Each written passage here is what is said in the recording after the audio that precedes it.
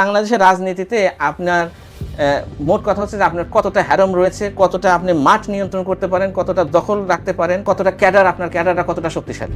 রাজনীতি একটা সবচেয়ে লাভজনক ব্যবসা। সো এখানে আদর্শ ভিত্তি করে রাজনীতি করে এরকম সংগঠন আমরা দেখি না। আওয়ামী লীগ যেহেতু চলে গেছে, বাট রাষ্ট্র কাঠামো বিভিন্ন জায়গায় তাদের বসানো লোকজন কিন্তু এখনো বিদ্যমান। এই ব্যাপারে আপনার কি মন্তব্য? যারা যখন ক্ষমতায় আসতো তারা তাদের পছন্দ লোকগুলোকে আপিল বিভাগে বা হাইকোর্টের বিচারপতি নিয়োগ দিত, সচিবালয়ে তাদের প্রমোশন হতো, সেনাবাহিনী তাদের র্যাঙ্কিং হতো। যারাই ক্ষমতায় আসে তারা কিন্তু এই ধরনের বক্তব্য দিতে পারবে না যে সোসাইটিতে যারা পাওয়ারফুল তাদের কাছ থেকে আমি রাষ্ট্রের যে অধিকার, মানুষের যে অধিকার আছে সেটা আদায় করে নিব। ইসলাম কিভাবে এই সমস্যাগুলির কথা যে আপনি এতক্ষণ বললেন এগুলি কিভাবে দূর করবে? এখানে খলিফা যে কোনো ডিসিশন নিতে গেলে তাকে কিন্তু বিভিন্ন জায়গায় ফোন করে পারমিশন নিয়ে আসতে হবে না, জাতিসংঘকে ডেকে আনতে হবে না। গণতান্ত্রিক ব্যবস্থায় ক্ষমতাটা এটা হচ্ছে আপনার পুরস্কার, আর ইসলামিক রাজনীতির যে একটা দায়িত্ব।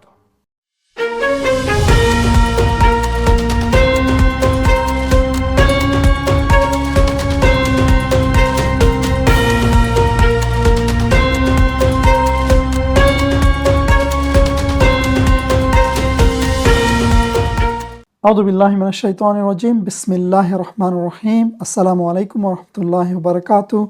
স্বাগত জানাই আমাদের আজকের আপসহীন বার্তায়।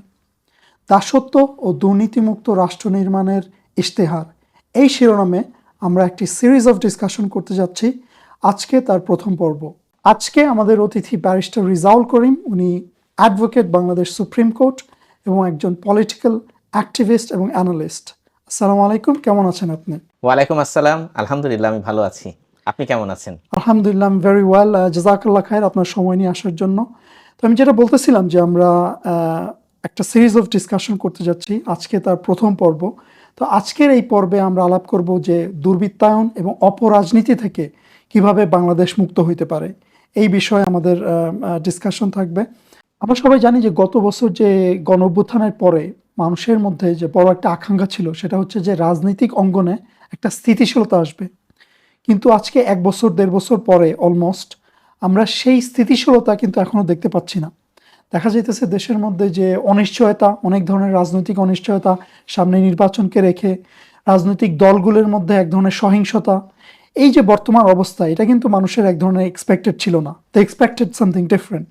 তো এই ব্যাপারে আমার প্রথম প্রশ্ন থাকবে যে এই ব্যাপারে আপনার কি অ্যানালিসিস বা কীভাবে আপনি এই বর্তমান বাস্তবতাকে মূল্যায়ন করবেন?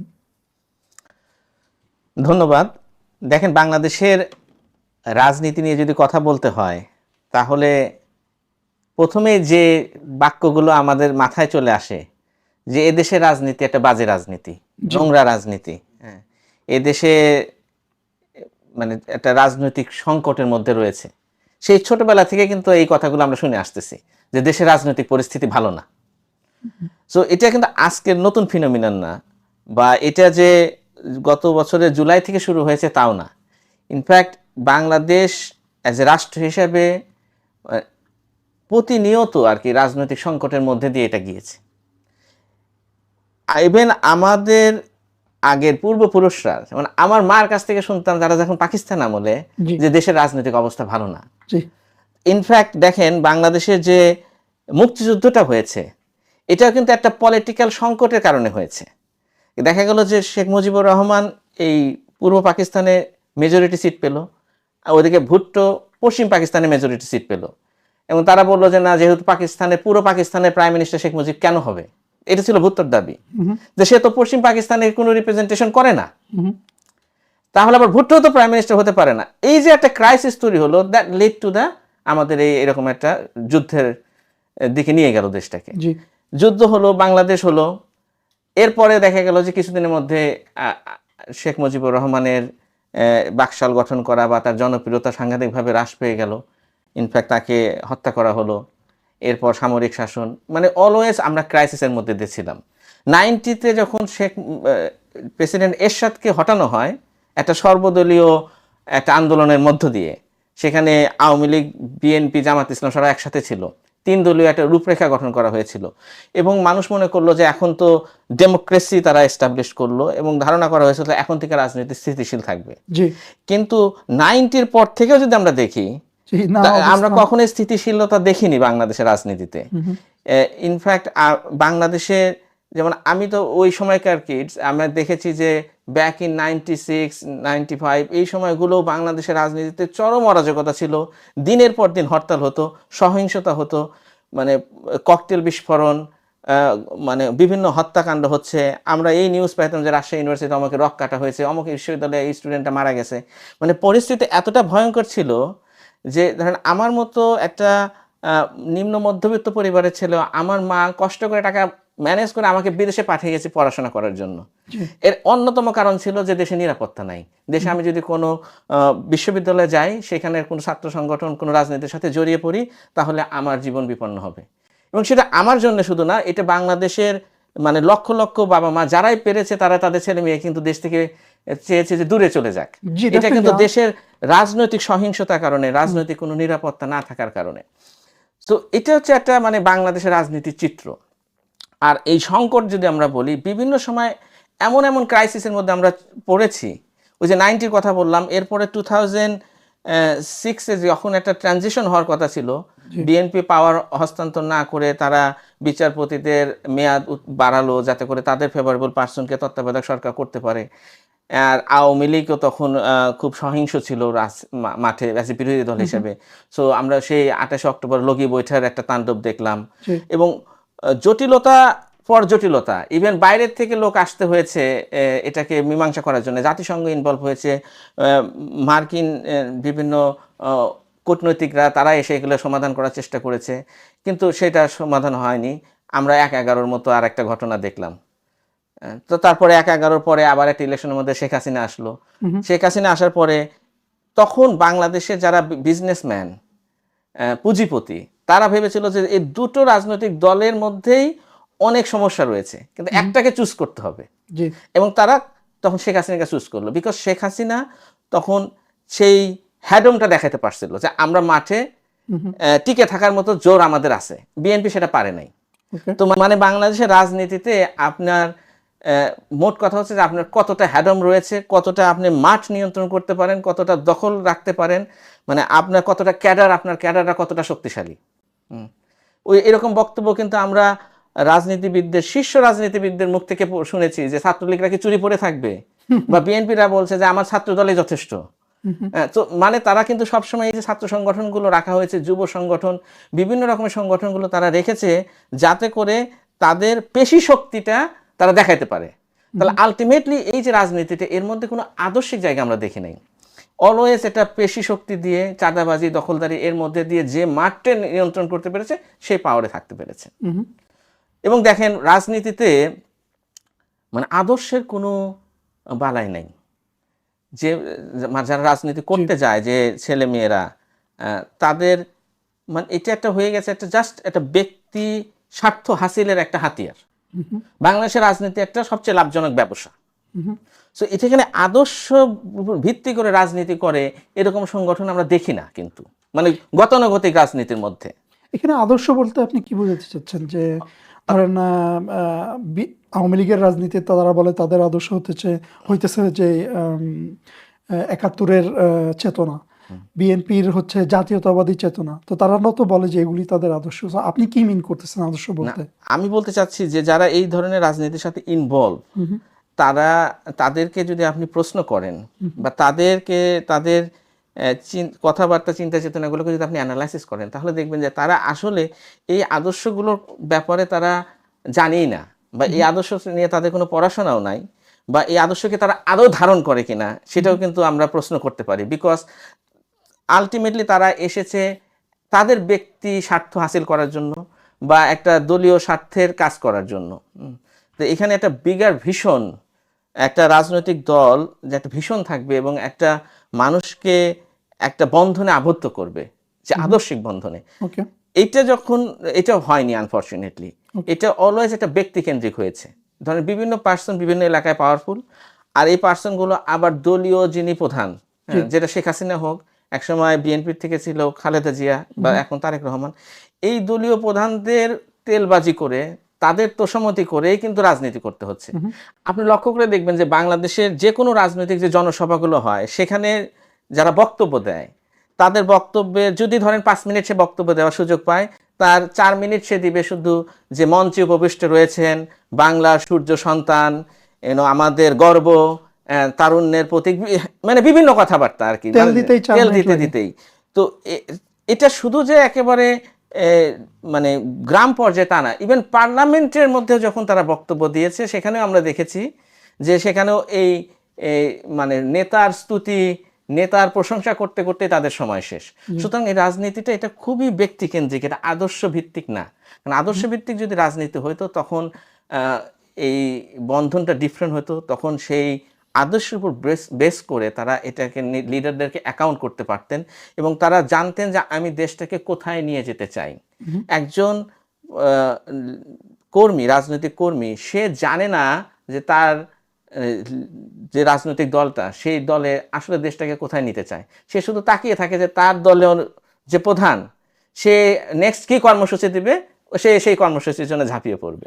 এন্ড আলটিমেটলি মানে আসলে তার রাজনীতি করাটা হচ্ছে বাংলাদেশে আইদার তার কোনো একটা স্বার্থ হাসিল করার জন্য, যেটা আমরা গত 16 বছর দেখেছি যে যদি আপনি ছাত্রলীগে মিছিল না করেন তাহলে আপনি বিসিএস এর চান্স পাবেন না, বা ভাইভাতে আপনি ভালো করতে পারবেন না, অথবা ধরেন আপনি টেন্ডার পাবেন না, আপনি বিজনেসের অপরচুনিটি পাবেন না, লাইসেন্স পাবেন না। মানে আইদার স্বার্থ অথবা ভয়, যে আমি যদি এখন এদের সাথে তাল না মিলাই, আমি যদি মিছিলে না যাই তাহলে তো আমাকে হল থেকে বের করে দিবে। আপনি একজন ব্যবসায়ী, আপনি ব্যবসা করেন, তাহলে তো 2-1 চাঁদা দিতে হবে, বা তাদের রাজনৈতিক কর্মসূচির সাথে আপনাকে একাত্মতা প্রকাশ করতে হবে।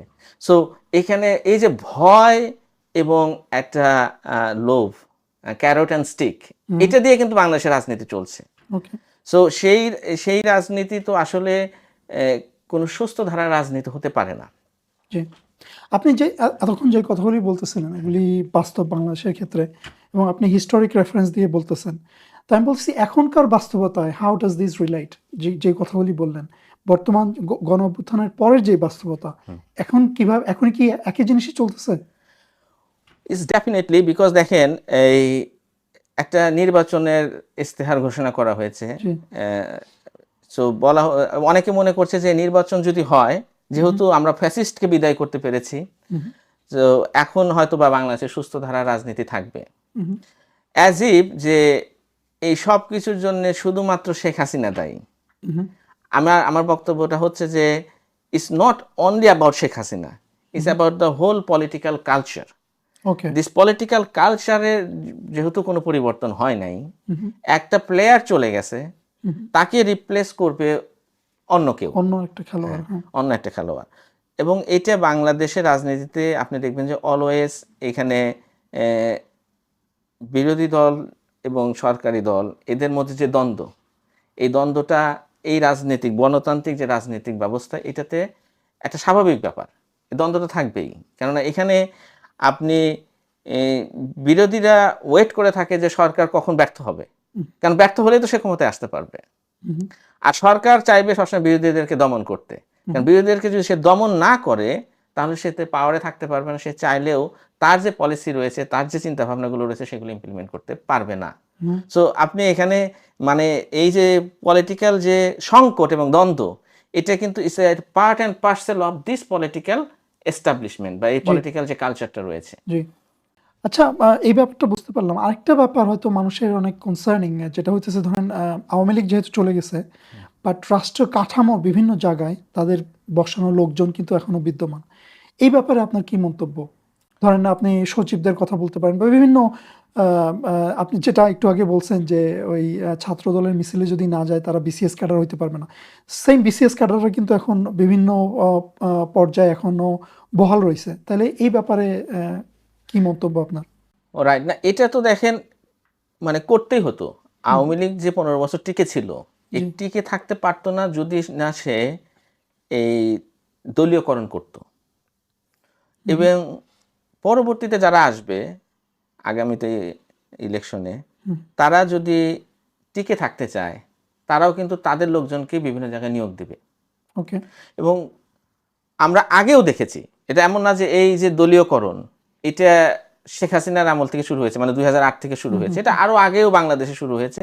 যারা যখন ক্ষমতায় আসতো তারা তাদের পছন্দের লোকগুলোকে হাইকোর্টের, আমরা দেখতাম যে আপিল বিভাগের বা হাইকোর্টের বিচারপতি নিয়োগ দিত, সচিবালয়ে তাদের প্রমোশন হতো, সেনাবাহিনী তাদের র্যাঙ্কিং হতো। তো এই যে নিজের পছন্দসই লোকগুলোকে বিভিন্ন জায়গায় পদায়ন করা, এটা তো এই রাজনীতির একটা মানে অনিবার্য একটা ব্যাপার, মানে এটা করতেই হবে, না হলে আপনি টিকবেন কি করে? যেহেতু বিরোধীরা মাঠে রয়েছে, তারা আপনাকে সবসময় আপনাকে অস্থিতিশীল করতে চাইবে, তো আপনাকে আপনার লোকগুলোকে রাখতে হবে। আবার অনেক পলিটিক্যাল পার্টি রয়েছে যারা এখনো পাওয়ারে যায় নাই, তারাও কিন্তু তাদের পলিসি হচ্ছে যে তাদের পছন্দসই লোকগুলো বিভিন্ন সেক্টরে তারা তৈরি করছে। সুতরাং এখানে দেখেন, একটা রাজনীতিটা এমন একটা মানে গেমের মতো একটা খেলা, যে আমি যত জায়গায় আমার লোক সেট করতে পারবো, আমার পজিশন স্ট্রং হবে, then I can fight better. হ্যাঁ, তো এই জায়গা থেকে এই যে স্বজনপ্রীতির আরেকটা মানে ব্যাড দিক, মানে এর যে খারাপ দিকটা হচ্ছে যে মানুষের জন্য সাফার করতেছে। কারণ আমাদের দেশে কোনো একটা ইনস্টিটিউশন, সেটা জুডিশিয়ারি বলেন, সিভিল প্রশাসন বলেন, এটা কোনো একটা ইনস্টিটিউশনের যে পেশাদারিত্ব, সেটা কিন্তু আপনি থ্রাইভ করতে পারে নাই, সেটাকে যে মানে দলীয়করণ করার কারণে। বিকজ আপনি তো এখানে মেধাগুলোকে আপনি যাচাই করতে পারছেন না, মেধাবী মানুষগুলোকে রাইট জায়গায় দিতে পারছেন না। আপনাকে দিতে হচ্ছে আপনার পছন্দের লোক, যে আপনার দলের স্বার্থকে বা আপনার সরকারকে, অর্থাৎ আপনি যেখানে পলিটিক্যাল পার্টি, আপনি যে সরকার গঠন করছেন সেই সরকারকে সুরক্ষা দেবে। আপনি যদিও দেখছেন যে আরেকজন হয়তো বেটার, কিন্তু সে যদি আরেকটা ক্যাম্পে যদি সে বিলং করে, অন্য একটা পলিটিক্যাল পার্টির যদি সে সাপোর্টার হয়, তাহলে আপনি কিন্তু তাকে এখানে আনতে পারছেন না। তার আলটিমেটলি সাফার করতেছে কে? রাষ্ট্র, সাফার করতেছে জনগণ। সো এই দলীয়করণ করার কারণে আমাদের আজকে কোনো একটা ইনস্টিটিউশন ঠিকভাবে দাঁড়াতে পারে নাই, এবং সারা পৃথিবীতে আমরা এখনো কিন্তু মানে অ্যাজ এ রাষ্ট্র হিসেবে আমাদের যেখানে থাকার কথা ছিল, যদিও এই দেশের মানুষের অনেক মেধা রয়েছে, এখান থেকে অনেক যোগ্যতা সম্পন্ন লোক বের হয়ে এসে বাইরে অনেক ভালো করতেছে, কিন্তু দেশের মধ্যে ভালো করতে পারতেছে না, বিকজ অফ দিস স্বজনপ্রীতি এবং দলীয়করণ। এবং এটা এমন একটা পর্যায়ে গিয়েছে, দেশের প্রত্যেকটা ইনস্টিটিউশন, ইভেন ধরেন ব্যবসায়ীদের যে প্রতিষ্ঠান বা আপনার পেশাজীবীদের প্রতিষ্ঠান, ডাক্তারদের মধ্যে এটা আওয়ামীপন্থী ডাক্তার, বিএনপি পন্থী ডাক্তার, ইউনিভার্সিটি টিচার আওয়ামীপন্থী টিচার, বিএনপি পন্থী টিচার, আইনজীবী আওয়ামীপন্থী বিএনপি পন্থী, সাংবাদিকতা আওয়ামীপন্থী বিএনপি পন্থী। মানে আমি যদি দুটো বাইনারির মধ্যে দেখি, and is going to মানে কন্টিনিউ ইন ফিউচার। এটা হয়তো আওয়ামী লীগ থাকবে না, কিন্তু যে দুইটা দল বা যে দুই তিনটা দল এর মধ্যে এখন আগামীতে প্লেয়ার হবে, যদি এই রাজনৈতিক সংস্কৃতি, এই কালচার চলমান থাকে, তাহলে দেখবেন যে অটোমেটিকলি আপনি জার্নালিস্টরা ভাগ হয়ে যাবে, যারা এই পন্থী ওরা ওই পন্থী, আইনজীবীরা ভাগ হয়ে যাবে। তো এইভাবে যদি ভাগ হয়ে যায় দেশের মানুষের মধ্যে, এই বিভক্তি তৈরি হয়, তাহলে আমরা একটা ভালো রাষ্ট্র নির্মাণ করব কিভাবে? এই যে বলা হচ্ছে নির্বাচন সংস্কারের মধ্যে দিয়ে আমরা একটা ভালো বাংলাদেশ নির্মাণ করতে যাচ্ছি, এই বিভক্তি নিয়ে আপনি নির্মাণ করবেন? এটা কি পসিবল? এবং বিভক্তিগুলো তো আমরা শেষ করতে পারি নাই, মুক্তিযুদ্ধের পক্ষে, মুক্তিযুদ্ধের বিপক্ষে, বাংলাদেশপন্থী, পাকিস্তানপন্থী, ইন্ডিয়াপন্থী, এখন জুলাইয়ের পক্ষে, জুলাইয়ের বিপক্ষে, মানে সো মেনি বিভক্তি আমাদের মাঝে এমন ভাবে জেঁকে বসেছে। এবং এটা এখন অনেক জায়গায় এবং সামাজিক একটা যে সম্প্রীতি, সেটা নষ্ট করে ফেলছে। বলছে যারা আওয়ামী লীগ করে ওদের সাথে মেয়ে বিয়ে দেওয়া যাবে না, ওদের সাথে খেলাধুলা করা যাবে না। এটা কিন্তু মানে দিনে দিনে আরো খারাপ হচ্ছে, যেটা আগে ছিল না। আগে মুফাসলে বা শহরে যখন খেলার মাঠে গিয়ে মানুষ আর ওটা চিন্তা করতো না, যে ঠিক আছে আমরা সবাই মিলে একসাথে খেলছি। বাট এখন দেখা যাচ্ছে যে এই ক্যাম্পগুলোই আলাদা। মানে এটা এই বিভক্তি সংস্কৃতির আমাদেরকে এমনভাবে পেয়ে বসেছে যে রাষ্ট্র হিসেবে আমরা অনেক অনেক মানে ভালনারেবল। এটার ফায়দায় কিন্তু এই বিদেশি আধিপত্যবাদ শক্তিটা তারা নিচ্ছে। আমরা যখন সবসময় বলি যে আধিপত্যবাদের বিরুদ্ধে আমাদের লড়াই করতে হবে, এটা শুধু মুখে বললে তো হবে না, এটার লড়াই করার জন্য আমাদের যে ঐক্য দরকার, যে আমাদের যে একটা আদর্শিক ভিত্তি দরকার, সেটা নিয়ে আমরা কথা বলছি না। আমরা যদি এই রাজনীতি, যে রাজনীতি আসলে এই যে আপনি যেটা আপনার শিরোনাম করেছেন অপরাজনীতি, আমি বলবো যে রাইটলি সো, এটা একটা অপরাজনীতি। বিকজ এই রাজনীতি আমাদেরকে তেলবাজি শিখায়, ফাপড়বাজি শিখায়, চাঁদাবাজি শিখায়, দখলদারিত্ব শিখায়, এই রাজনীতি পেশি রাজনীতি শিখায়। সো এইখান থেকে যদি আমরা বের হতে না পারি, তাহলে আমরা আসলে এই যে আপনি বললেন দাসত্ব মুক্ত এবং দুর্নীতি মুক্ত বাংলাদেশ গঠন, একটা রাষ্ট্র নির্মাণ করা, সেটা সম্ভব হবে না। থ্যাংক ইউ ইয়া করার জন্য, ক্লারিফাই করার জন্য। মনে হচ্ছে আপনার কথা শুনে যে আমাদের পলিটিক্যাল যে লেগেসি আপনি 71 থেকে বলছেন বা 71 এর আগে থেকে বলছেন পাকিস্তান আমল থেকে, সেটা কন্টিনিউ করতেছে। আচ্ছা, আজকে আপনার কাছে আমার নেক্সট প্রশ্ন থাকবে যে আপনি যে এতক্ষণ যে কথাগুলি বলতেছিলেন, দিস আর ফ্যাক্ট, তাই না? যে এই দলীয়করণ প্লাস এই যে দুই ধরনের মেরুকরণ দেশের মানুষের মধ্যে, এবং তার যেই আদর্শিক ভিত্তির যে ল্যাকিংস, এটা ফ্যাক্ট, এটা আমরা সবাই বুঝতে পারি। এবং এর জন্য এক একজন এক এক ধরনের কথা বলে। অনেকে বলে যে -2 হয়ে গেলে এগুলি ঠিক হয়ে যাবে, যদি আওয়ামী লীগ বিএনপি দুইটাই চলে যায় ঠিক হয়ে যাবে, নতুন কেউ আসার দরকার, বা বিভিন্ন ধরনের অভিমত আছে। আপনার মতে আসলে কোর যে রিজনটা, এটা কি, বা কি কারণে এই ধরনের অপরাজনীতি বা দুর্বৃত্তায়ন আমরা দেখে আসতেছি? জি, ভালো প্রশ্ন করেছেন। আসলে আমাদের অবশ্যই এই সমস্যার গভীরে যেতে হবে, এর কারণগুলো অনুসন্ধান করতে হবে যদি আমরা এখান থেকে উত্তরণ করতে চাই। জি। দেখেন, আমাদের দেশের যে রাজনীতির যে ধারাটা, এটা কিন্তু সেই ঔপনিবেশিক ধারা। মূলত এখনকার যে রাজনৈতিক দলগুলো, এগুলো তাদের যে পূর্বসূরি, তাদের কাছ থেকে কিন্তু এই ধারাটাকে ইনহেরিট করেছে। এবং উপমহাদেশে আমরা দেখেছি যে ব্রিটিশরা চলে যাওয়ার আগে, ডিকলোনাইজেশন যখন শুরু হলো, তখন তারা আসলে এই যে কংগ্রেস অ্যান্ড মুসলিম লীগ, এই দুইটা পলিটিক্যাল পার্টি আসলে তারা এস্টাবলিশ করেছিল ফ্রম দ্য বিহাইন্ড। এবং তারা অলওয়েজ চেয়েছে একটা এলিট ক্লাসের কাছে তাদের এই ক্ষমতাটাকে হস্তান্তর করা, যাতে করে তারা ডিকলোনাইজেশন হলেও এই ভূখণ্ডের উপরে, এই অঞ্চলে মানুষের উপরে তাদের কর্তৃত্বটা বহাল থাকে। সো ওইখান থেকে সেই কংগ্রেস অ্যান্ড মুসলিম লীগ থেকেই কিন্তু ধারাবাহিকতায়, ধরেন মুসলিম লীগ থেকে আওয়ামী লীগ, এই যে পলিটিক্যাল কালচারটা চলে আসছে। তো এবং তারা জানতো, ব্রিটিশরা জানতো যে এই যে সেকুলার যে একটা রাজনৈতিক ধারা, এইটা যেহেতু এই দেশের উপমহাদেশের বেশিরভাগ মানুষ, বিশেষত মুসলিমদের সাথে তাদের যে কোর বিলিফ, তাদের যে আকীদার সাথে সাংঘর্ষিক। তো এই কারণেই এটা ইজিলি মানে প্রেডিক্ট করা গেছে তখন যে এই ধারা যদি এখানে অ্যাপ্লাই করা যায়, তাহলে এখানে সংকট হবে, সমস্যা তৈরি হবে, ক্রাইসিস তৈরি হবে, এটা হতে বাধ্য, because it's not fitting in. তখনই তারা কি করতে পারবে, তারা আসতে পারবে, তারা এখান থেকে সলিউশনগুলো দিতে পারবে। সো আনফর্চুনেটলি ব্রিটিশরা চলে যাওয়ার পরে আমরা আমাদের যে চিন্তা ভাবনা, আমাদের যে বিলিফ, এটার উপর বেস করে আমরা কোনো পলিটিক্যাল সিস্টেম দাঁড় করাতে পারিনি। তো আমরা ওইটাকে, ওই লেগাসিটাই ক্যারি করতেছি। আর এই ক্যারি করার কারণে আমাদের এই সমস্যাগুলো রয়ে গেছে। এটা একটা দিক, মানে এটার আমি হিস্টোরিক্যাল দিকটা দেখালাম। দেখেন, এই পশ্চিমাদের যে রাজনৈতিক যে ব্যবস্থাটা, সেকুলার ডেমোক্রেটিক যে পলিটিক্যাল সেটআপটা, এইটার মধ্যে যে সলিউশনগুলো, এই সলিউশনগুলো এসেছে মূলত পশ্চিমা বিভিন্ন দার্শনিক চিন্তাবিদ, তাদের গবেষণা থেকে, তাদের বিভিন্ন ট্রায়াল অ্যান্ড এররের মধ্যে দিয়ে তারা এই সভ্যতাকে নির্মাণ করেছে। সো এই তাদের যে সলিউশনগুলো অনেক ক্ষেত্রেই দেখা যায় যে তাদের ভূখণ্ডে যদিও ভালো মতো অ্যাপ্লাই করা যায়, কিন্তু সেম জিনিস আবার দেখা যায় আমাদের এখানে অ্যাপ্লাই করা যাচ্ছে না, বিকজ মানুষের, যেটা বলছিলাম, মানুষের চিন্তা ভাবনা ডিফারেন্ট। এরকম একটা উদাহরণ দিতে পারেন যে যেটা তাদের এখানে কাজ করতেছে কিন্তু আমাদের এখানে কাজ করতেছে না? উদাহরণ মানে আমি দেখাচ্ছি যে কেন কাজ করতেছে, বিকজ এই সোসাইটির ডাইমেনশনটা ডিফারেন্ট। পশ্চিমে তারা কিন্তু আপনার এই যে নৈতিকতা, ধর্ম, এই জিনিসগুলোকে কোনো কনস্ট্যান্ট জিনিস মনে করছে না। তাদের কাছে সবচেয়ে গুরুত্বপূর্ণ হচ্ছে মানুষের ফ্রিডম।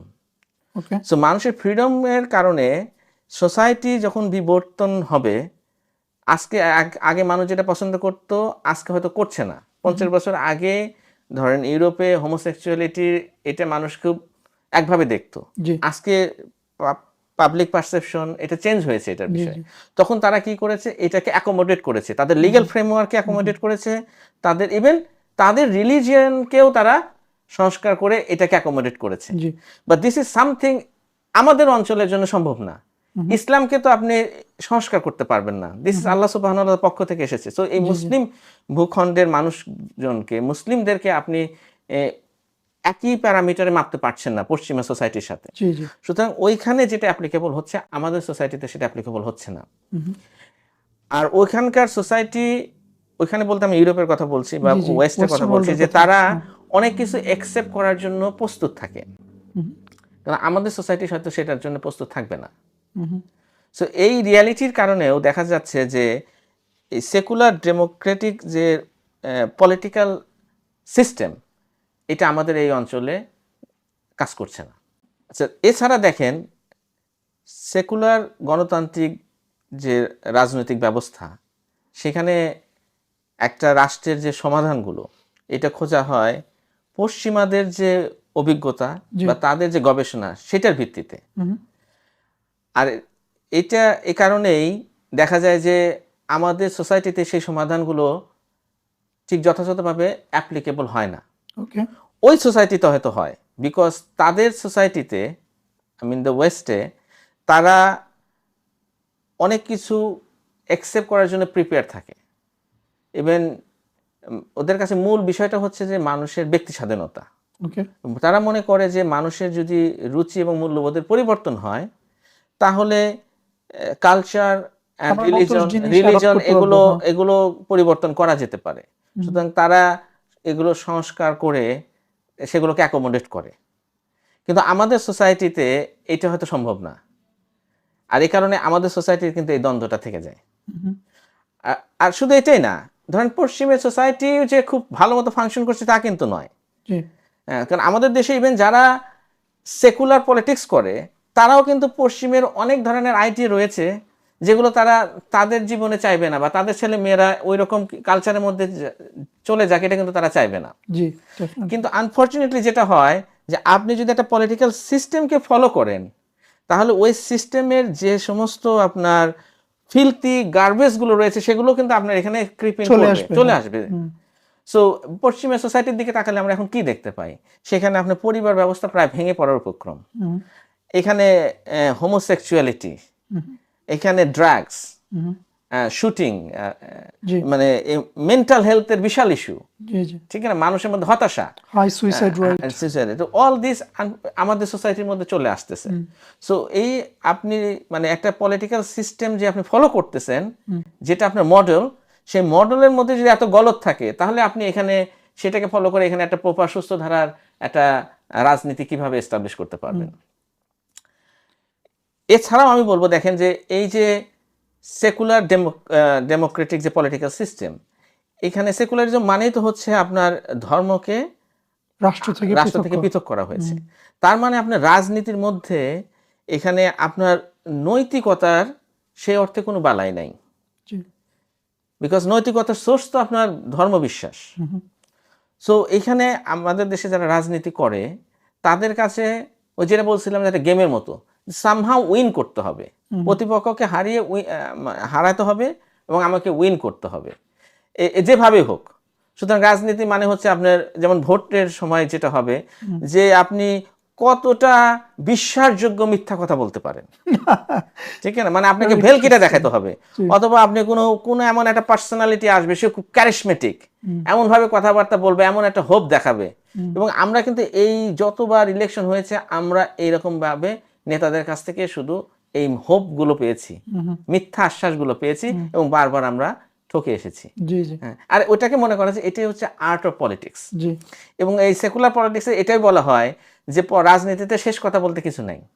তার মানে কি, যে আপনার কোনো প্রিন্সিপাল নাই, আপনি যখন যেদিকে দরকার সেদিকে যাবেন। আপনি জনপ্রিয়তা পাওয়ার জন্য জনগণ যদি কোনো একটা ভুলের মধ্যেও থাকে, আপনি সেই ভুলের লেভেলে আপনাকে নেমে আসতে হবে। এবং এটা অনেক লিডাররা যখন রিডও করে যে এই সোসাইটিতে এইটা চেঞ্জ করা দরকার, কিন্তু দেখা যাচ্ছে এটা যদি আমি চেঞ্জ করি, তাহলে আমি জনপ্রিয়তা হারাবো, তখন সে কোনটা করবে? সে তো জনপ্রিয়তা ধরে রাখতে চাইবে, ঠিক না? যেমন এর আগে, মানে আমি একটা প্র্যাকটিক্যাল এক্সাম্পল যদি দেই, যে বাংলাদেশে এই ভারতীয় চ্যানেলগুলো চলতেছিল বা এখনো হয়তো চলে, যে যার কারণে আমাদের সামাজিক অনেক অবক্ষয় হচ্ছে, কারণ ওইখানে অনেক ধরনের নোংরা জিনিস, পরকীয়া, এগুলো জিনিসগুলো দেখানো হয়। তো এটা বন্ধ করা দরকার, এটা অনেক মহল থেকেই মানুষ বোঝে। কিন্তু যেহেতু এটা আবার সাধারণ মানুষের মধ্যে পপুলার হয়ে গেছে, বিকজ তাদের যে ড্রামা সিরিয়ালস এগুলো আমাদের দেশের হয়তো গ্রামের মেয়েরা দেখে বা শহরের ছেলে মেয়েরাও দেখে। এই পপুলারিটি হারানোর ভয়ে একটা মানে প্রয়োজনীয় একটা স্টেপ এটা কিন্তু নিতে পারছে না। সো এইভাবেই আপনার এই জনপ্রিয়তার যে রাজনীতি, যেটা আসলে নৈতিকতা থেকে পৃথক, তখন আপনি আসলে আর প্রিন্সিপাল ধরে রাখতে পারবেন না। আপনি যেহেতু কারণের কথা বলতেছিলেন যে আমাদের এই অপরাজনীতির কারণটা কি, আমি আরেকটা কারণ হিসাবে বলবো যে আমাদের রাজনীতিতে বিদেশিদের হস্তক্ষেপ। যেহেতু আমরা বিদেশি মানে পশ্চিমাদের রাজনৈতিক ধারাকেই ফলো করি, সুতরাং it's very easy for them to interfere. এটা আপনি লক্ষ্য করে দেখবেন যে বাংলাদেশের মানুষের মধ্যে this is one of the কি কনসার্ন। অবভিয়াসলি বিদেশি হস্তক্ষেপ বলতে তারা মূলত ইন্ডিয়ান হস্তক্ষেপটাকে সবচেয়ে বেশি অপছন্দ করে, রাইট। এবং এই ব্যাপারে জনমত যদি আপনি একটু যাচাই বাছাই করেন, সবচেয়ে বেশি জনমত এই ব্যাপারে যে এই বিদেশি হস্তক্ষেপ বন্ধ করতে হবে। রাইট। আবার আমি সেই পয়েন্টে আসতেছি। দেখেন, জনগণ কিন্তু চায় যে আমরা আধিপত্যবাদে থেকে মুক্ত থাকি, কিন্তু লিডাররা এটা এই জনগণের এই আকাঙ্ক্ষাকে ধারণ করতে পারবে কিনা। জি, মানে আমরা দেখেছি অতীতে পারে নাই, আগামীতেও ডিফিকাল্ট হবে, মানে পারবে না এই সিস্টেমের মধ্যে, বিকজ এখানে তারা একটা বড় কি প্লেয়ার, তাদেরকে তুষ্ট করে তাদের আশীর্বাদ নিয়ে এখানে ক্ষমতায় আসতে হবে। এই কারণে আমরা দেখেন জুলাইয়ের পরে যে সমস্ত গণতান্ত্রিক রাজনৈতিক দলগুলো আগামীতে ক্ষমতায় যাওয়ার দৌড়ে নেমেছে, তাদেরকে আপনি দেখবেন যে বিভিন্ন এম্বাসিতে দৌড়ঝাঁপ করছে, বিদেশে সফর করতেছে, কেননা তারা জানে যে এখান থেকে আমাদের আশীর্বাদ নিয়ে আসতে হবে। এবং তাদের অনেক আচরণ মানে এমন কিছু করবে না। মানুষ চায় যে ধরেন গাজায় যে সহিংসতা করছে ইসরায়েলিরা আমেরিকার মদতে, এর বিরুদ্ধে কথা বলবে, কিন্তু তারা আমেরিকা অখুশি হয়ে যাবে। আমেরিকা অখুশি হয়ে গেলে আমরা পাওয়ারে আসতে পারবো না। এ কারণে তারা জনগণের সেই চাওয়াটাকে কিন্তু তারা ধারণ করতে পারছে না। আমরা দেখেছি শাহাদা ফ্ল্যাগ তারা আনতে দিচ্ছে না। ভারতের ব্যাপারে এখন যেহেতু ব্যাপক জনপ্রিয়তা আছে, যে মানে ভারত বিরোধী মনোভাবের, এই কারণে প্রকাশ্যে বলতে পারছে না, কিন্তু সামহাও যারা ক্ষমতার দৌড়ে আছে তারা জানে যে আমি যদি ভারতের সাথে একটা লেভেলের একটা ডিল না করি, তাহলে এই ব্যবস্থার মধ্যে আমি আসলে ক্ষমতায় থাকতে পারবো না। তো সেই নেগোসিয়েশনটা কিন্তু হবে, মানে এই যে ইলেকশন হচ্ছে, ইলেকশনের বাইরে এই ধরনের নেগোসিয়েশন হবে বা এটা অলরেডি হয়তো হয়ে গেছে, আমরা জানি না। সো এই যে বিদেশি হস্তক্ষেপগুলো থাকবে, এটার অনেক ধরনের ফ্রন্ট রয়েছে। আমরা হয়তো বা আরো অন্য কোনো পর্বে যখন এই প্যাসিফিক বিষয় নিয়ে কথা বলবো আরো ডিটেলস কথা বলতে পারবো, কিন্তু আমি শুধু এটা বলে রাখি, দেখবেন যে ওরা সবসময় তাদের স্বার্থে মানে 2-3টা দলকে তারা লালন করে, কোনো একটা দলকে এককভাবে সাপোর্ট দেয় না। আবার কেননা তখন তাদের বার্গেনিং পাওয়ার ভালো থাকে, তারা বলতে পারে যে তুমি যদি আমাকে এই সুবিধাগুলো না দাও, আমার এই স্বার্থগুলো তুমি যদি না দেখো, তাহলে আমি অমুককে নিয়ে আসবো, মানে তার প্রতিপক্ষকে। সো এটা কিন্তু আগে আমাদের দেশের টপ লিডারশিপ থেকে চলে এসেছে, তারা বলেছে এই কথা। শেখ হাসিনা খালেদা জিয়া বলেছিলেন যে আমি তেল গ্যাস দেই নেই জন্য আমি পাওয়ারে আসতে পারি নাই, রাইট? সো তার মানে এই নেগোসিয়েশন হয়। এবং শেখ হাসিনা এখন চলে গেলেন, উনি একটা কথা বলতেছিলেন যে উনি সেন্ট মার্টিনের ব্যাপারে আপোষ করেন না, এটা ওনাদের একটা ন্যারেটিভ। বাট এটা আমরা জাজ না করলেও আমরা জানতে পারি যে সামথিং এগুলো হয়, এবং বিদেশিদের আধিপত্যবাদী যারা, তাদের মদতেই আমাদের দেশের এই সরকারগুলো ক্ষমতায় থাকে।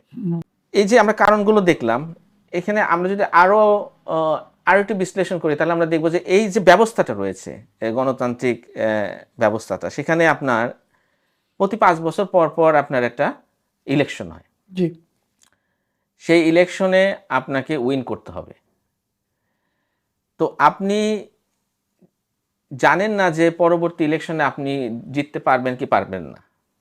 তা আপনি যে একটা রাষ্ট্র গঠনের একটা দীর্ঘমেয়াদী একটা পরিকল্পনা করবেন, এইটা আসলে কারোর পক্ষে সম্ভব হয় না। বিকজ তার প্রথম যখন সে ক্ষমতায় আসে, তার থেকে আগামী 5 বছর পরে সে কিভাবে জিততে পারবে সেটাই শুধু তাই মাথায় রাখতে হয়। সো লং টার্ম যে একটা স্থিতিশীলতার যে কথা আসলো, যে সুস্থ ধারার রাজনীতি মানে স্থিতিশীল রাজনীতি, যেখানে আপনি পরিকল্পনা করবেন যে আগামী 20 বছর পরে আমার জেনারেশনকে আমি কোথায় নিয়ে যেতে চাই, ঠিক না? বা আমি আমার ইন্ডাস্ট্রিগুলোকে মানে কিভাবে ডেভেলপ করতে চাই, আমি আমার মিলিটারিকে কোথায় নিয়ে যেতে চাই, এই যে এর জন্য তো আপনি একটা স্থিতিশীলতা দরকার, আপনি একটা লং টার্ম প্ল্যানিং দরকার, সেটা আপনি করতে পারছেন না। আপনার দরকার হচ্ছে যে এই 5 বছর পরে যখন আমার ইলেকশনটা হবে, সেই ইলেকশনে আমাকে যেহেতু জিততে হবে, তাহলে আমি এমন কিছু করতে হবে যাতে করে আমি তখন জনগণের সামনে গিয়ে দাঁড়াতে পারি। হাসিনা তো ছিল 16 বছর, তাইলে না না, হাসিনা ছিল যখন হাসিনা বিকজ সে বিরোধী দলদেরকে দমন করতে পারছিল। না আমি জাস্ট না, আই আন্ডারস্ট্যান্ড, কিন্তু এটা আপনি দেখেন এই 5 বছর পর পর যে ইলেকশন, আপনি বরং এটা বলতে পারেন যে ইউরোপেও তো এটা হচ্ছে, পশ্চিমে এটা হচ্ছে, সেখানে সমস্যা হচ্ছে না। কিন্তু আমি বলবো যে ইউরোপকে আপনি সব জায়গায় এক্সাম্পল আকারে আনবেন না।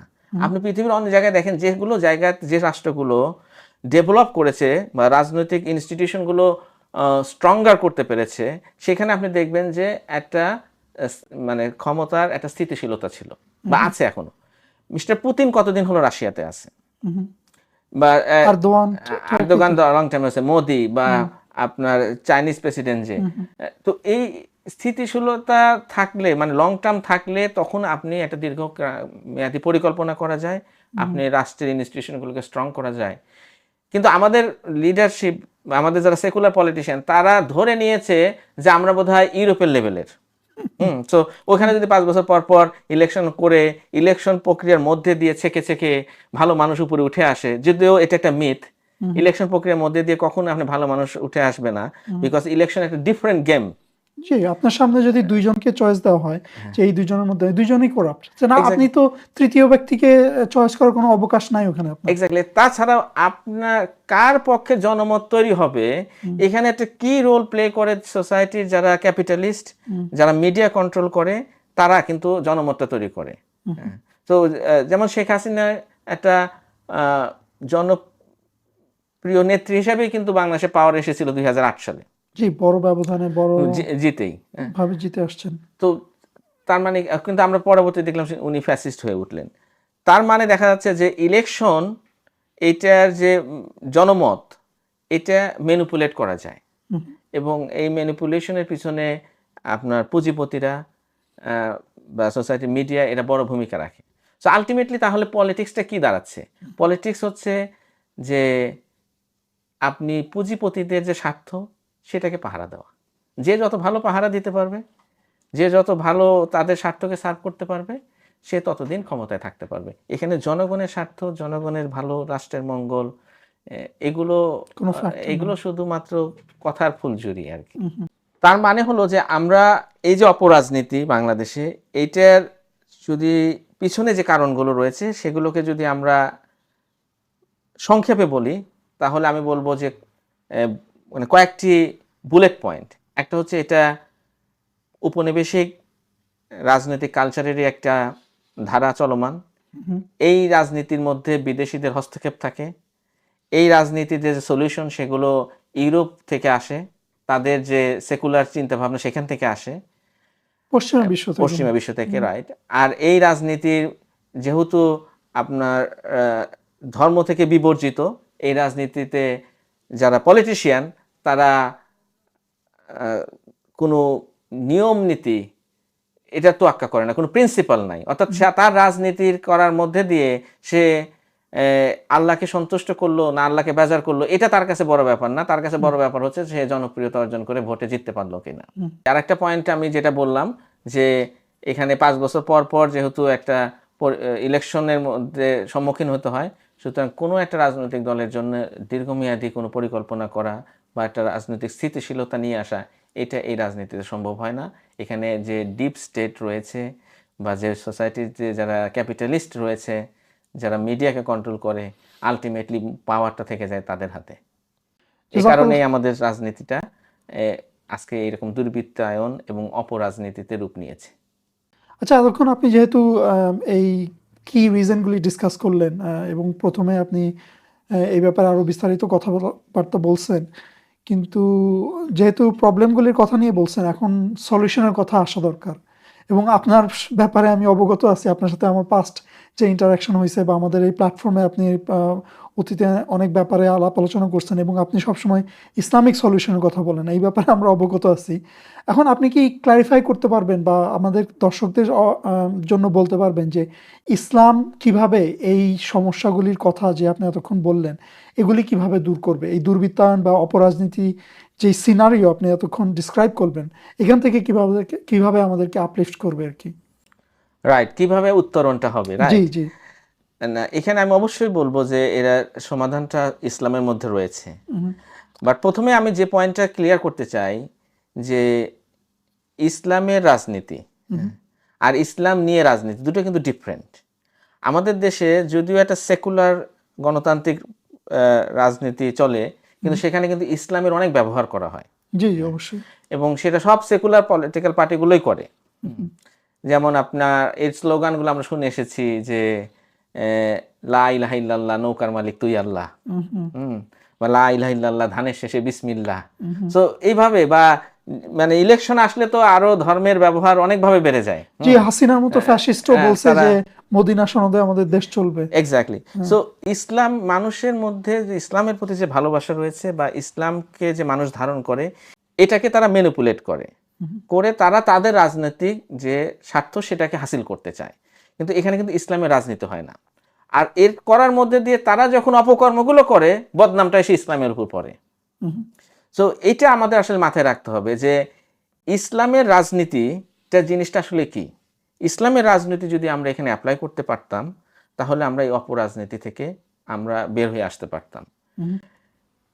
কেন দেখেন, এই যে মুসলিম উম্মাহ এরকম একটা ক্রাইসিসে কিন্তু আজকে প্রথম পড়ে নাই, আগে অতীতে পড়েছে। বিভিন্ন সময় ইভেন আমরা যদি সেই আর্লি যে মদিনা স্টেটের কথা আমরা বলি, যেটা রাসূল সাল্লাল্লাহু আলাইহি ওয়াসাল্লাম এস্টাবলিশ করেছিলেন, এবং ওনার মৃত্যুর পরে আবু বকর রাদিয়াল্লাহু আনহু প্রথম খলিফা হলেন। তো উনি যখন খলিফা হলেন, উনি তখনকার সোসাইটিটার কি অবস্থা ছিল, যেহেতু লোকজন রাসূল সাল্লাল্লাহু আলাইহি ওয়াসাল্লামের মৃত্যুতে সবাই শোকাহত ছিলেন।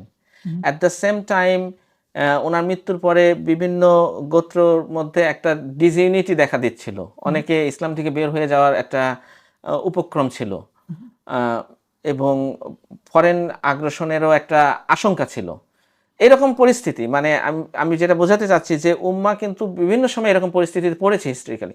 তখন আবু বকর রাদিয়াল্লাহু আনহু যখন খলিফা নির্বাচিত হলেন, উনি কিন্তু সেই জিনিসটাকে খুব স্ট্রংলি হ্যান্ডেল করলেন। সো অ্যান্ড উনি কিন্তু ওনার প্রথম যে ভাষণ দিলেন নির্বাচিত হওয়ার পরে, সেখানে উনি এটা পরিষ্কার করে বললেন যে আমি তোমাদের উপর নির্বাচিত হয়েছি, যদি আমি তোমাদের মধ্যে সবচেয়ে বেস্ট পার্সন নই। এটা একটা লং, খুব ইম্পর্টেন্ট ভাষণ। এবং সেখানে উনি বলেছেন যে আমার দৃষ্টিতে যারা দুর্বল তারা সবচেয়ে শক্তিশালী, যতক্ষণ না আমি তাদের অধিকার তাদেরকে দিতে পারবো। এবং আমার কাছে যারা শক্তিশালী, সোসাইটি যারা শক্তিশালী, তারা আমার কাছে দুর্বল যতক্ষণ না পর্যন্ত তাদের কাছ থেকে আমি রাষ্ট্রের অধিকারটা নিয়ে নিতে পারবো। আমি যতক্ষণ আল্লাহ এবং তার রাসূলকে ওবে করি, তোমরা আমাকে ফলো করো। আর আমি যদি সেখান থেকে বিচ্যুত হই, তাহলে আমাকে ওবে করার কোনো দরকার নেই। দ্য ফাউন্ডেশন উনি কিন্তু দিয়ে দিলেন। এবং এই যে এটাই বললাম যে একটা সোসাইটিকে কিভাবে ইউনাইটেড করলেন, এবং যে সোসাইটিতে মানুষের অধিকারটা প্রতিষ্ঠিত হলো, আধিপত্য যে বাদদের যে আশঙ্কা ছিল যে তারা আক্রমণ করতে পারে, এগুলো মোকাবেলা করার জন্য উনি একটা ফাউন্ডেশন কিন্তু দাঁড় করাতে পারলেন। সো আমরা কিন্তু ওই জায়গাতে নাই। আমাদের ধরেন একটা নির্বাচন যদি হয়, নির্বাচনের মধ্যে একটা যারাই ক্ষমতায় আসে, তারা কিন্তু এই ধরনের বক্তব্য দিতে পারবে না যে সোসাইটিতে যারা পাওয়ারফুল তাদের কাছ থেকে আমি রাষ্ট্রের যে অধিকার, মানুষের যে অধিকার আছে সেটা আদায় করে নিব। বরং তাদের কি করতে হবে, ও যারা পাওয়ারফুল তাদেরকে সার্ভ করতে হবে, এদের জনগণের at the cost of the people, জনগণের উপর জুলুম করে, ঠিক না? কেননা এখানে আধিপত্যবাদীরা তাদের যে প্রেসক্রিপশন, সেই প্রেসক্রিপশনগুলো জনগণের উপর অ্যাপ্লাই করতে হবে, যদিও সেটা জনগণের জন্য দুর্ভোগ লিখে নিয়ে আসবে। এটা থেকে কিন্তু বের হতে পারবে না কারেন্ট সিস্টেমে। সুতরাং এই ইসলামিক যে রাজনীতি, সেটা আমাদের অ্যাপ্লাই করতে হবে। এখন ইসলামের রাজনীতির বৈশিষ্ট্যটা কি, কেন এটা ধরেন এ ধরনের পরিস্থিতি তৈরি করবে না, সেটা বোঝা দরকার। কারণ এখানে যিনি খলিফা নির্বাচিত হবেন, ওনার যে পাওয়ারটা, এই পাওয়ারের রশিটা কিন্তু কোনো ক্যাপিটালিস্টদের হাতে বা দিল্লি ওয়াশিংটনের হাতে থাকবে না। উনি শুধুমাত্র শরিয়া দ্বারা সীমাবদ্ধ। সো উনি উনি একটা লং টার্ম প্ল্যানিং করতে পারবেন, কারণ উনি 5 বছর পর পর ভোট ইলেকশনে উনি হেরে যাবেন না জিতে যাবেন, এই টেনশন ওনার নাই। বিরোধীদেরকে দমন করতে হবে, না হলে আমি ক্ষমতায় থাকতে পারবো না, এই টেনশন ওনার নাই। ইসি সো এখানে খলিফা যে কোনো ডিসিশন নিতে গেলে তাকে কিন্তু বিভিন্ন জায়গায় ফোন করে নিয়ে আসতে হবে না, পারমিশন নিয়ে আসতে হবে না, জাতিসংঘকে ডেকে আনতে হবে না, বিকজ আমরা একটা ডিফারেন্ট সেট আপের কথা বলতেছি। এই কারেন্ট ওয়ার্ল্ড অর্ডারের বাইরে একটা সেট আপের কথা বলতেছি যখন আমরা খেলাফতের কথা বলতেছি। সুতরাং খলিফা একটা মানে তার জায়গা থেকে সে একটা স্ট্রং লিডারশিপ নিয়ে আসতে পারবেন, এবং যেহেতু উনি ইসলামের ভিত্তিতে ন্যায় বিচার প্রতিষ্ঠা করার জন্য অঙ্গীকার, মানুষ এখানে ঐক্যবদ্ধ হবে। বিকজ মানুষ আলটিমেটলি কি চায়? সুশাসন চায়। ডেফিনেটলি, হ্যাঁ। তো এটা নিশ্চিত করা সম্ভব হবে। আবার যদি আমরা রাজনৈতিক দলের কথাগুলো বলি, দেখেন এখন যে রাজনৈতিক দলগুলোর যে দ্বন্দ্ব, এর একটা মূল কারণ হচ্ছে যে ক্ষমতায় যদি যাওয়া যায় তাহলে সেখানে ক্ষমতার মধ্যে মধু আছে। এই মধুর কারণে ভ্রমররা কিন্তু সেখানে ঘোরাঘুরি করে। তো আপনি যদি মধুটাকে সরিয়ে ফেলেন, অর্থাৎ রাজনীতি করলে বাংলাদেশে এখন বোঝা যায় যে রাজনীতি করলে আপনার কাছে পাওয়ার আসে, আপনি ক্ষমতায় যেতে পারেন, ঠিক না? আপনি টেন্ডার পাবেন, লাইসেন্স পাবেন, বিভিন্ন কিছু পাবেন, আর কোনো না কোনো বেনিফিট আপনার আসবে রাজনীতি করলে। এটাই তো ড্রাইভ করে মানুষকে। আচ্ছা, আপনি যদি সেইটা সরাইয়া ফেলেন, ইসলামের রাজনীতি জিনিসটা হচ্ছে যে সৎ কাজের আদেশ এবং অসৎ কাজে নিষেধ করা, এবং এটা একটা আমাদের একটা দায়িত্ব, ফরজ একটা দায়িত্ব, কালেকটিভলি সবার জন্য এটা একটা দায়িত্ব। তো রাজনীতি মানেটা কি হবে? যেখানে যারা রাজনৈতিক দল যদি থাকে গঠন করে, বা কোনো পার্সনও যদি ব্যক্তিগতভাবেও যদি সেই এই রাজনৈতিক দায়িত্বটা পালন করে, সে কি করবে? শাসককে অ্যাকাউন্ট করবে। এবং অ্যাকাউন্ট করার জিনিসটা কিন্তু আমাদের কাছে ক্লিয়ার কাট। ইসলাম শরিয়া অনুযায়ী শাসককে বলতে পারবে তুমি এটা কেন করলা, এটা রেফারেন্সটা কি শরিয়াতে, তুমি কি এটা করতে পারো, শরিয়ার এই ভিত্তিতে তুমি এটা পারো না, মানে we have a clear cut reference point, যেটার ভিত্তিতে আমরা কিন্তু খলিফা এবং টোটাল যে খলিফার যে শাসক স্ট্রাকচারকে আমরা অ্যাকাউন্ট করতে পারতেছি। তো এই কাজটা করতে হবে বুদ্ধিভিত্তিক ভাবে। এখানে আপনি গায়ের জোরের কোনো কারবার নাই। সো যারা পলিটিক্স করবে, এখানে অটোমেটিকলি আপনার এই পেশি শক্তি দেখায় যারা মেধাহীন, তারা এখানে আর মজা পাবে না। কারণ আমি রাজনীতি করে আমি কি করব? এখানে কোনো মধু নাই, আমি তো ক্ষমতায় যেতে পারবো না। বা রাজনীতি যারা বিরোধী দল, যদি আমরা ওই সেন্সে বলি, এখানে কোনো বিরোধী দল নাই, বিকজ কোনো একটা পলিটিক্যাল পার্টি তো পাওয়ারে যাচ্ছে না।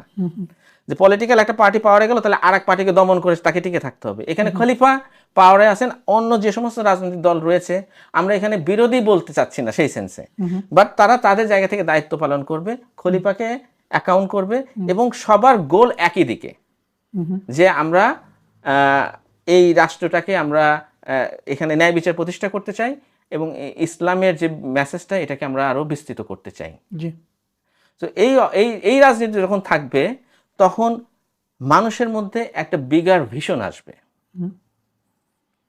যেটা আমরা দেখেছি। এটা কিন্তু মানে যখন মানে এই যে মদিনাতে যখন রাষ্ট্র এস্টাবলিশ হলো, এরপরে আমরা দেখেছি না যে কিভাবে মুসলিমরা অন্যান্য সুপার পাওয়ারদেরকে টক্কর দেবে, অন্য ভূখণ্ডকে জয় করবে।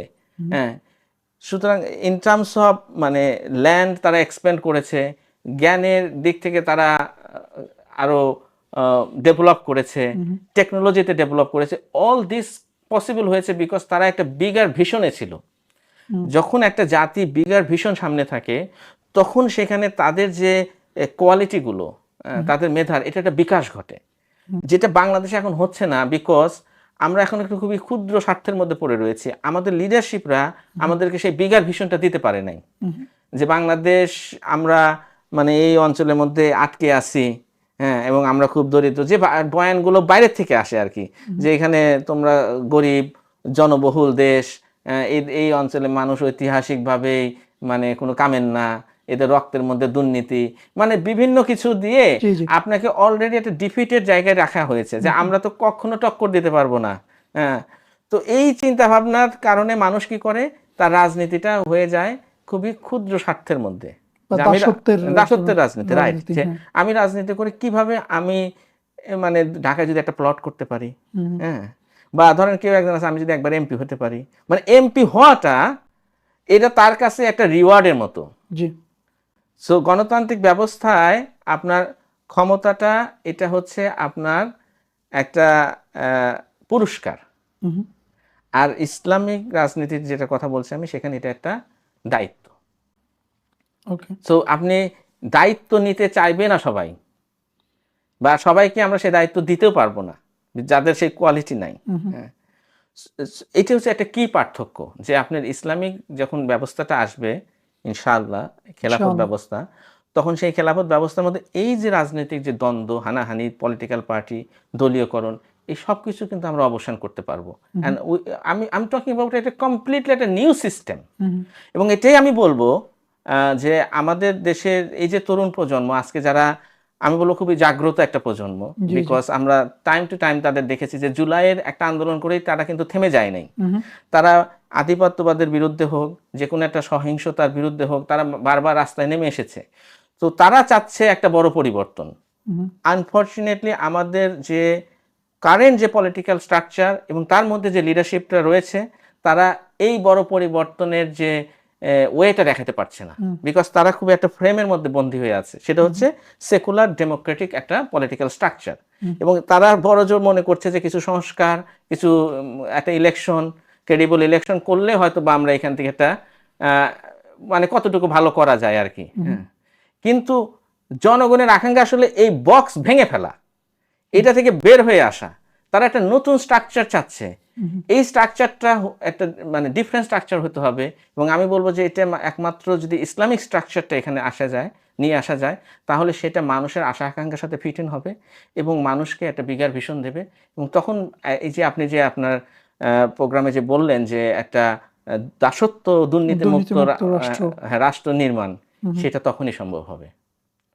জাযাকাল্লাহ খায়ের। এই ব্যাপারটা নিয়ে বিস্তারিত আলাপ করার জন্য আমাদের আগামী পর্ব, যেটা এই সিরিজের একটা অংশ, সেখানে আমরা ইকোনমিক সাইড যেটা, সেই ব্যাপারে ফোকাস করব, যে আমরা কিভাবে এই দারিদ্র্যের যে অর্থনীতি, সেখান থেকে বের হয়ে একটা সমৃদ্ধশালী বাংলাদেশ গড়তে পারি। সো সেই আমন্ত্রণ রইল। ইনশাআল্লাহ আপনার সাথে আবার দেখা হবে জলদি। জি অবশ্যই। আজকের আলোচনা ভালো লেগেছে। আগামী যে পর্ব, এটা খুব গুরুত্বপূর্ণ পর্ব মনে হচ্ছে, যে টপিকস আপনি সিলেক্ট করেছেন। ইনশাল্লাহ আমরা আগামী দিনে অর্থনীতির বিষয়গুলো নিয়ে ডিটেলস আলোচনা করব। জাযাকাল্লাহ খায়ের ওয়ান্স अगेन। আমি আশা করি যে আমাদের দর্শকরাও এটা সমভাবে উপভোগ করবে। আমি পার্সোনালি অনেক এনজয় করছি। অনেক ক্রিটিক্যাল ইস্যু আপনি অনেক সিম্পল ওয়েতে এক্সপ্লেন করছেন। সো ইনশাআল্লাহ looking forward to the next episode.